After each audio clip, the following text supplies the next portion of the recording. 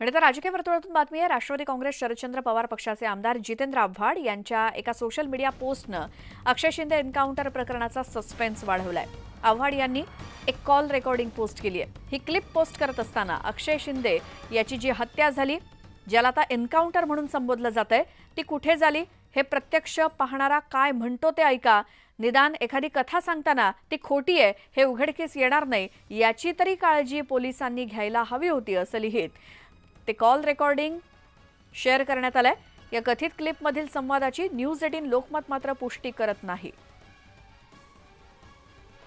जो अक्षय शिंदे का जो मर्डर हुआ है ना, हाँ, वो उसके पीछे मेरी गाड़ी थी।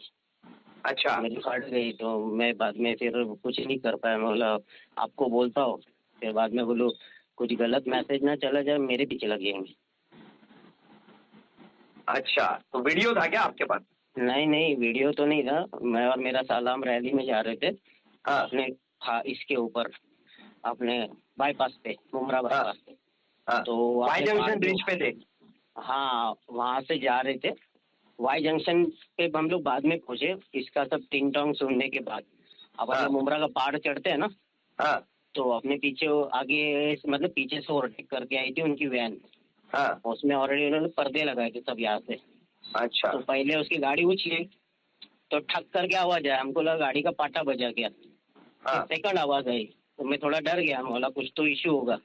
और वो पुलिस वाले ने भी गाड़ी रोकी, वो बाहर आए, उसने दरवाजा खोला, दो पुलिस वाले शायद कुछ उतरे, वापस उन्होंने बंद किया, वापस चले गए। फिर तीसरी आवाज आई अच्छा, तो हम लोग डर गए। फिर मैं ओवरटेक मार के भाग गया, वो कलवा की तरफ घुस गए हाँ, और हम लोग अपने टी जंक्शन की तरफ चले गए। अच्छा, पुलिस वाला उतरा, नीचे आया, पीछे आया, उसने देखा तो दो पुलिस वाले उतरे, वर्दी में नहीं थे, सब इसमें थे, बिना सिविल में ही थे। वर्दी वाले।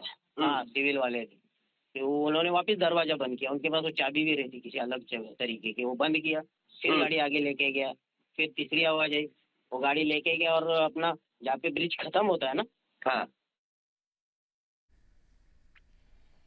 तर एन्काउंटर हे मुद्दाम केलं जात नाही, तर चौकशीतून सत्य बाहेर येईल असं वक्तव्य मंत्री दीपक केसरकर यांनी केलं। त्यांना फाशी द्या म्हणून सुद्धा मोर्चा काढणारी लोक आहेत। एन्काउंटर हे काय मुद्दाम केलं जात नाही। त्यांनी पोलिसांवर हल्ला केल्यानंतर त्या गोळीबारामध्ये त्यांचा मृत्यू झालेला आहे आणि असे ज्यावेळेला मृत्यू होतात त्यावेळेला त्याची चौकशी होते। चौकशी झाल्यानंतर सत्य बाहेर पडेल। कुठल्याही परिस्थितीमध्ये महाराष्ट्रामध्ये अशा प्रकारे कुठलीही गोष्ट घडत नाही। अनेक वेळेला जे गुन्हेगार असतात त्यांची प्रवृत्तीच गुन्हेगारी असते, त्याच्यामुळे ते पोलिसांवर हल्ला करतात आणि अशा हल्ल्यामध्ये जर पोलीस स्वतः जखमी झालेले असले तर त्यांना प्रतिहल्ला करण्याशिवाय इलाज नसतो। राज्यामध्ये बदलापूर अत्याचार प्रकरणातील अक्षय शिंदेच्या एन्काउंटरवरून सत्ताधारी आणि विरोधकांमध्ये आरोप प्रत्यारोपांच्या फैरी रंगल्या आहेत। विरोधकांच्या या टीकेचा आता मुख्यमंत्री एकनाथ शिंदेंनी खरपूस समाचार घेतला। आरोपीनं गोळीबार केला त्यावेळी पोलीस काय बघत राहणार का, असा खुचक सवाल मुख्यमंत्र्यांनी विरोधकांना उपस्थित केला। तर विरोधक हे दोन्ही बाजूंना बोलत असल्याची टीका मुख्यमंत्र्यांनी केली। तिकडे बदलापूरमध्ये म्हणाले पहिले आरोपीला फाशी द्या, फाशी द्या, फाशी द्या, आमच्या समोर आणा। आता आरोपी जेव्हा गोळीबार करतो तेव्हा पोलीस काय शोपीस ठेवून बंदूक दाखवते त्यांना,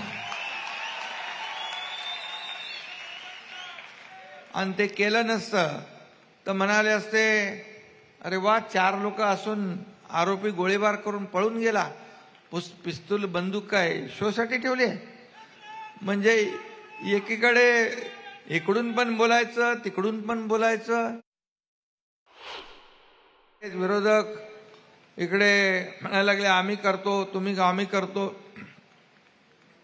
उद्घाटन केलं असतं तरी सुद्धा म्हटलं असते लोकांना त्रास झाला, लोकांना त्रास देऊन उद्घाटन केलं, नाही केलं तर म्हणतात विलंब झाला। म्हणजे इकडून पण बोलायचं इकडून पण बोलायचं, दोन्हीकडून ते काय म्हणतो वाजवायचं। दोन्हीकडे कोण चालतो, अशी परिस्थिती आहे।